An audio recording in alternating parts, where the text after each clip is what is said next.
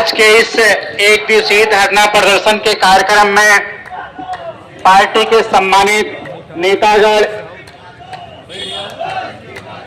कार्यकर्ता साथियों, नौजवान साथियों, आज हम सब लोग एक दिवसीय धरना प्रदर्शन में शामिल हो रहे हैं। जैसा कि हम लोग अवगत हैं कि जो अमित शाह द्वारा बाबा साहब के ऊपर ओछी और बड़ी संकेत टिप्पणी की गई थी,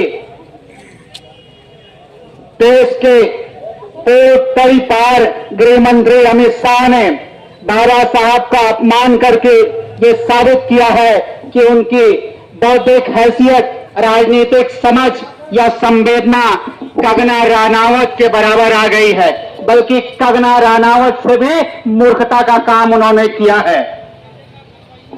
बाबा साहब का अपमान जो अमित शाह ने किया है, आसमान पे थूकने जैसा है। पूर्व परिपार अमित शाह अगर बाबा साहब का अपमान करते हैं तो आसमान पे थूकने का काम करते हैं, पलट के थूक उन्हें के चेहरे पर गिरेगा।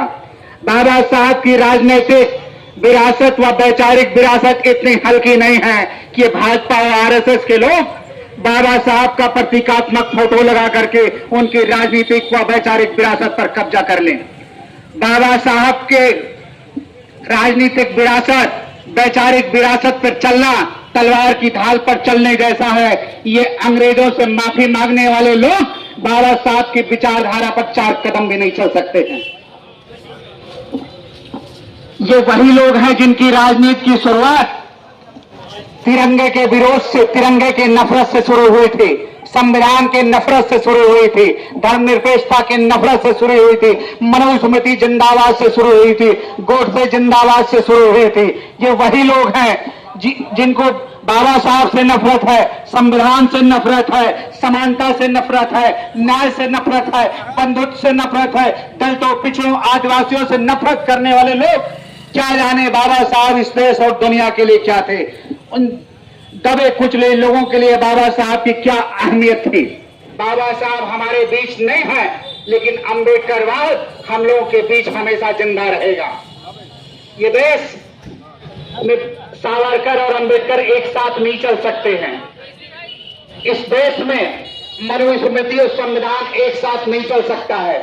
ये हिंदू देश बनाने की बात करते हैं, संविधान की लाश पर ये हिंदू देश की कल्पना करते हैं। जिन लोगों ने हिंदू कोड बिल का बहिष्कार किया था, ये यही लोग हैं कि जो हिंदू कोड बिल का इन लोगों ने बहिष्कार किया था। बाबा साहब जिस संविधान की बदौलत डीएम अम्बेडकर नगर ने डीएम की कुर्सी पे बैठे हैं, आज हम लोग जब डीएम ऑफिस जाते हैं तो देखते हैं वहां पे गैलरी में बाबा साहब की फोटो नहीं लगी है। हद तो ये है, डीएम महोदय को फिर से संविधान का प्रियम्बल पढ़ना पड़ेगा। जब ऑफिस के अंदर जाते हैं तो वहां पर एक खास धर्म की एक देवता की फोटो इन्होंने लगाई है। तो इनको सत्ता की चाटकारता बंद करनी चाहिए और संविधान के अनुसार न्याय की बात करना चाहिए। इनको चाटकारता करने से फुर्सत मिले तो संविधान के अनुसार ये समानता न्याय की बात करेंगे। बहुत बहुत धन्यवाद। ये जंग जारी रहेगी जो बाबा साहब का अपमान अमित शाह द्वारा किया गया है। अगर जब तक अमित शाह माफी नहीं मांगते हैं, भाजपा पार्टी माफी नहीं मांगती है, ये जंग जारी रहेगी। अभी तो ये लड़ाई है, आगे और लड़ाई है। बहुत बहुत धन्यवाद, शुक्रिया। अमित शाह इस्तीफा दो। बहुत बहुत धन्यवाद साथियों।